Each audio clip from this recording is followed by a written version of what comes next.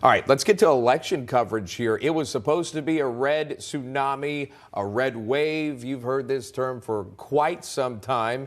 The elections are finally in the books here, but Republicans only took back the House of Representatives, and not by the margin many predicted. It's led to calls for RNC Chairwoman Ronna McDaniel to step aside, including from New York Congressman Lee Zeldin, who said he was not going to challenge her, but said someone else should lead the RNC. Ronna McDaniel joins us now. Thank you so much for coming on, and we appreciate your time today. We know that you are now facing a challenge from former Republican Party official out in California, Harmeet Dillon. Based on the results from the 2022 midterm cycle, we know those now. Do you believe you should keep the top spot at the RNC? I do. I think the RNC made significant investments that put us in a place to take back the House, which isn't a small thing. We just fired Nancy Pelosi, but our voter registration efforts, the community centers we open in Black, Hispanic, and Asian communities, things that we've never done before, were difference makers in this election and made it better than it would have been otherwise. We kept every incumbent governor and Senate seat. We need to always be looking for ways to improve, but the RNC, with what we were tasked to do, did the right things.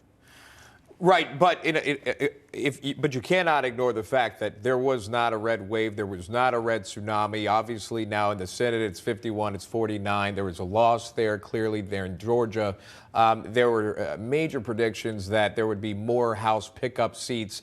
The bottom line is this, and I understand the spin on the narrative, if you will, that the House is a big deal, and certainly it is. But there could there have more been done by Republicans? Could things have been handled differently? Were there other candidates that money should have spent on? Obviously, you can play Monday morning quarterback, and we're a little late in it.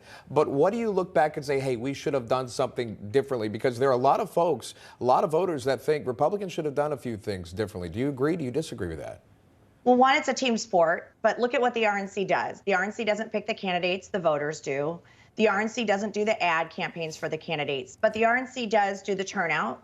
We don't do TV, we don't do radio, we do the turnout voter registration, and we do outreach. And if you look at the overall popular vote, we turned out 3 million more voters than the Democrats. We would have won the presidency based on this map. And we also won statewide in every battleground state. So what I think we need to understand is, why did one Republican win statewide in a state like Arizona and another didn't?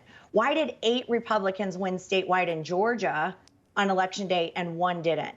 So there were red waves in states like Florida and Iowa and Ohio and North Carolina, and that's the RNC. But people need to understand what we do and what we did made this election better. And we can't take our foot off the gas heading into 2024 when we can take back the Senate and the White House. Because if the RNC is not doing voter registration right now, it's not going to happen. And that has to happen. The road has to be built before the candidates can drive on it. And the RNC has been building a very good road for the past 6 years. It always comes down to turnout, right? You got to get people to the polls, no doubt about that. But as we look ahead to 2024, who are the Republican leaders that the RNC is looking for guidance from?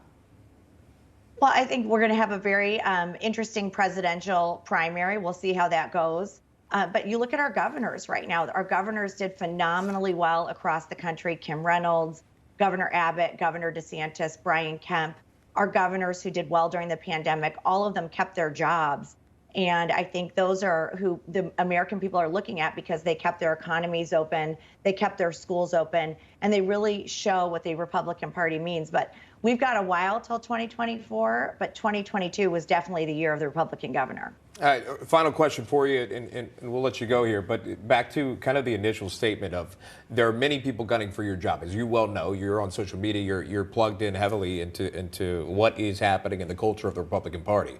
The House is trying to get through their own leadership issue. So here we are with the RNC. You have Harmeet Dillon, you have Mike Lindell, we have Lee Zeldin as well.